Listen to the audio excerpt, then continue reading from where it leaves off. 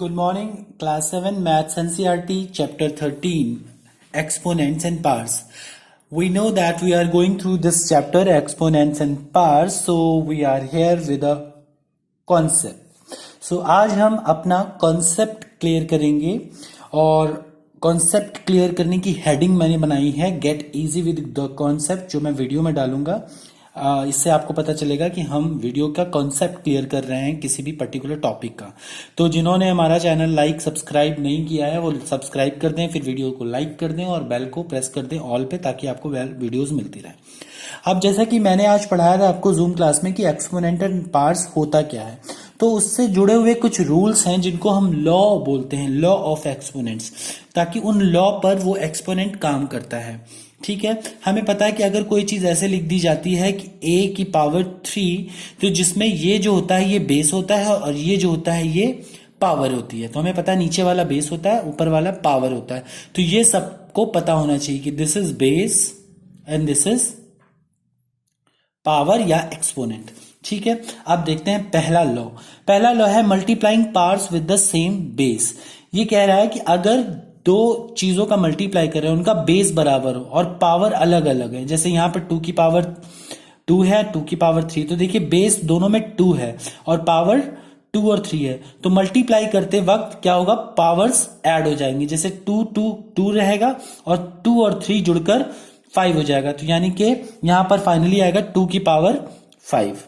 इसका एक और एग्जाम्पल देख लेते हैं, जैसे कि -3 की पावर 4 है इंटू -3 की पावर 3 है, तो मल्टीप्लाई हो रहा है। तो आप क्या करोगे, बेस को सेम रखोगे -3 और ऊपर की पावर्स जो है 4 और 3 जुड़ जाएंगे, यानी कि फाइनल जो आंसर आएगा -3 की पावर 7 आएगा। ठीक है, तो यहां से आपका क्लियर हो गया, यानी कि हमने यहां पर सीखा है कि a की पावर m इंटू a की पावर n बेस बराबर है a, यानी कि m और n जुड़ जाएगा, यानी कि हो जाएगा a की पावर m प्लस n। दूसरा है dividing powers with the same base. अगर बेस बराबर है तो पावर्स का क्या होगा, अगर 7 की पावर 3 है डिवाइडेड बाय 7 की पावर 4, तो आप क्या करेंगे, 3 तो 3 रहेगा, ऊपर पावर माइनस हो जाएगी, मल्टीप्लाई करते वक्त ऐड होगी और डिवाइड करते वक्त ये माइनस हो जाएगी, यानी 7 में से 4 को माइनस कर देंगे तो आ जाएगा 4, या सॉरी 7 में 3 है, ये 3 है, 3 को माइनस करेंगे तो आ जाएगा 4, तो ये आपका आंसर आ गया। एक दूसरा एग्जांपल, a की पावर 4 डिवाइडेड बाय a की पावर 2, तो यहां आप देखिए क्या हो रहा है, a को a सेम रखा है, ऊपर 4 से 2 को माइनस कर दिया है, तो फाइनली आंसर आ रहा है a की पावर 2।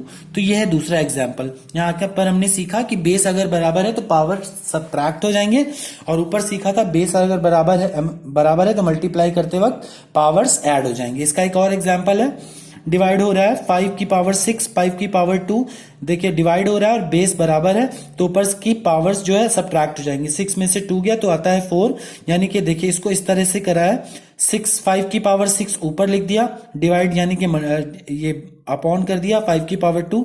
अब 6 में से 2 जाएगा तो 4 आएगा, कैसे, 5 को 6 टाइम लिख लिया मल्टीप्लाई करके, और यहां पर 5 को 2 टाइम लिख लिया, एक 5 से एक 5 कटा, एक 5 से एक 5 कटा, अब कितने 5 बचे, 1 2 3 4, यानी कि 5 की पावर 4। तो हमने सीखा कि अगर डिवाइड कर रहे हैं और बेस बराबर है तो ऊपर की पावर्स जो है वो माइनस हो जाएंगी, यानी कि a अगर बराबर और डिवाइड हो रहा है तो m माइनस n हो जाएगा। तो this was the second concept, second law. Third law आता है आपका टेकिंग पार्ट्स ऑफ पार्ट्स। अगर आपको कोई चीज ब्रैकेट में दी हो और वो पावर में हो और ब्रैकेट के बाद एक और पावर हो, जैसा कि 2 की पावर 3, उसके बाद एक और पावर है ब्रैकेट के बाद, तो आप क्या करेंगे, दोनों का मल्टीप्लाई कर देंगे। जैसे 2 की पावर 3 ब्रैकेट के बाद एक और पावर है 2, तो फाइनल क्या होगा, 3 इंटू 2 हो जाएगा।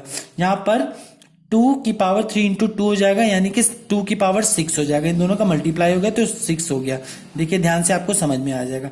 दूसरा देखते हैं, जैसे 3 की पावर 2 है और ब्रैकेट बंद है, उसके बाद एक पावर है, तो आप इन दोनों का मल्टीप्लाई करेंगे तो 4 2 8 हो जाएगा, यानी फाइनली हो जाएगा 3 की पावर 8। सिंपल, तो ये भी आपका क्लियर है। एक और देख लेते हैं, 7 की पावर 2 ब्रैकेट के बाद 10, तो 2 और 10 का मल्टीप्लाई हो जाएगा, फाइनली हो जाएगा 7 की पावर 20। तो क्लियर हो गया। तो 3 एग्जांपल से क्लियर होता है कि a की पावर m है और ब्रैकेट बंद है, उसके बाद एक और n है, तो आप क्या करेंगे, m और n का मल्टीप्लाई कर देंगे, तो a की पावर m इंटू n हो जाएगा। तो this was the third law. आपका फोर्थ लॉ आता है multiplying powers with the same exponent. अगर आपका बेस अलग अलग है, पावर बराबर है, ऊपर क्या था, बेस बराबर था, पावर अलग अलग था, यहां बेस अलग अलग है, पावर बराबर है, तो आप क्या करेंगे, बेस का मल्टीप्लाई कर देंगे, यानी कि जैसे 2 की पावर 3, 3 की पावर 3, तो 3 पावर में बराबर है, तो आप 2 और 3 का मल्टीप्लाई कर देंगे तो हो जाएगा 6, और पावर सेम रहेगा, यानी कि 2 3 जा 6, 2 3 जा 6 और पावर 3 यानी कि 6 की पावर 3 आ जाएगा। इजी है। जैसे 4 की पावर 4, 3 की पावर 4, तो बेस आप पावर आपका सेम है, बेस अलग है, तो बेस में क्या होगा, बेस का मल्टीप्लाई हो जाएगा, 4 3 जा 12 और बेस आपका वही रहेगा 4, यानी कि 4 3 जा 12 और बेस रहेगा 4, तो फाइनली हो जाएगा 12 की पावर 4। ये भी क्लियर। एक और एग्जांपल से देख लेते हैं कि देखिए यहां पर a की पावर 4 इंटू बी की पावर 4, मल्टीप्लाई में ही ऐसा होगा, तो आप क्या करेंगे, पावर पावर को कुछ नहीं करेंगे, बस इसके बेस का मल्टीप्लाई कर देंगे, ए और बी का मल्टीप्लाई करेंगे तो आपका आएगा ए बी और ऊपर पावर 4 4 लग जाएगा, तो फाइनली आ जाएगा आपका ए बी की पावर 4। यहां पर हमने सीखा ए की पावर m इंटू बी की पावर m, तो पावर दोनों में अगर सेम हो तो बेस का मल्टीप्लाई हो जाता है, यानी कि a इंटू बी हो जाएगा और ऊपर m वही रहेगा सेम, ये नहीं बदलेगा। सिंपल। इसको एक दो बार और देखेंगे तो समझ में आ जाएगा, एग्जाम्पल्स में बुक्स में भी क्लियर कर सकते हैं। उसके बाद यही सेम चीज है, यहां मल्टीप्लाई हो रही थी, यहां डिवाइड हो रही, तो अगर डिवाइड हो रहा है तो इसको डिवाइड कर देंगे बेस को, जैसे 2 की पावर 4 है डिवाइडेड बाय 3 की पावर 4 है, तो आप 4 4 देखिए पावर सेम है, तो 2 को 3 से डिवाइड करेंगे तो इसको एक ब्रैकेट में लिख लेंगे 2 डिवाइडेड बाय 3 और बाहर ऊपर नीचे 4 है तो इसका कॉमन 4 आ जाएगा। ठीक है, ये समझ में आ गया। उसके बाद अगला देखिए, ऊपर ए की पावर 3 बी की पावर 3, आप क्या करेंगे, ए और बी को कॉमन ले लेंगे, ए और बी, और 3 3 ऊपर आ जाएगा, मतलब ए और बी अंदर ब्रैकेट में ले लेंगे, 3 3 ऊपर आपका पावर में आ जाएगा, कॉमन गलत बोल दिया मैंने, ए की पावर ए अपॉन बी हो जाएगा और 3 ऊपर कॉमन में मतलब पावर में आ जाएगा। ये आपको क्लियर हो गया। तो यहां हमने सीखा कि अगर ए की पावर m है डिवाइडेड बाय बी की पावर m है, यहां पर क्या था, मल्टीप्लाई, तो हमने डिवाइड कर दिया था, यहां पर डिवीजन है तो इससे इसको डिवाइड कर देंगे, डिवाइड करेंगे तो ए अपॉन बी हो जाएगा, ए अपॉन बी और ऊपर पावर सेम रहेगी। तो this was the another rule of exponent. एक बहुत इंपॉर्टेंट रूल और है, नंबर विद एक्सपोनेंट 0। इसमें क्या होता है कि अगर किसी नंबर का एक्सपोनेंट 0 हो, यानी कि अगर किसी नंबर की पावर 0 है तो उसकी वैल्यू हमेशा 1 ही आएगी। कैसे देखते हैं, जैसे मान लो 7 की पावर 3 डिवाइडेड बाय 7 की पावर 3, बेस बराबर है, डिवाइड हो रहा है तो ऊपर की पावर सब्ट्रैक्ट होती, जैसा कि मैंने सिखाया था थोड़ी देर पहले। तो आप क्या करेंगे, 3 में से 3 जाएगा, देखो 3 में से 3 गया तो 0 आया, तो यहां फाइनल आएगा 7 की पावर 0। तो जब किसी चीज की पावर 0 होती है तो उसकी वैल्यू 1 ही आता है। ठीक है, तो यहां हमने सीखा कि अगर किसी भी ए की पावर 0 यानी किसी नंबर की पावर 0 है, याद रखिएगा किसी भी नंबर का पावर 0 है तो उसकी वैल्यू 1 ही आएगी।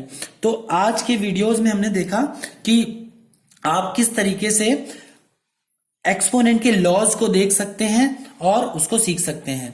तो इसको पॉज करके पूरा एक बार देख लीजिएगा ताकि आपको क्लियर हो जाए और अच्छे से इसको कंप्लीट कर लीजिएगा। ठीक है, थैंक यू सो मच।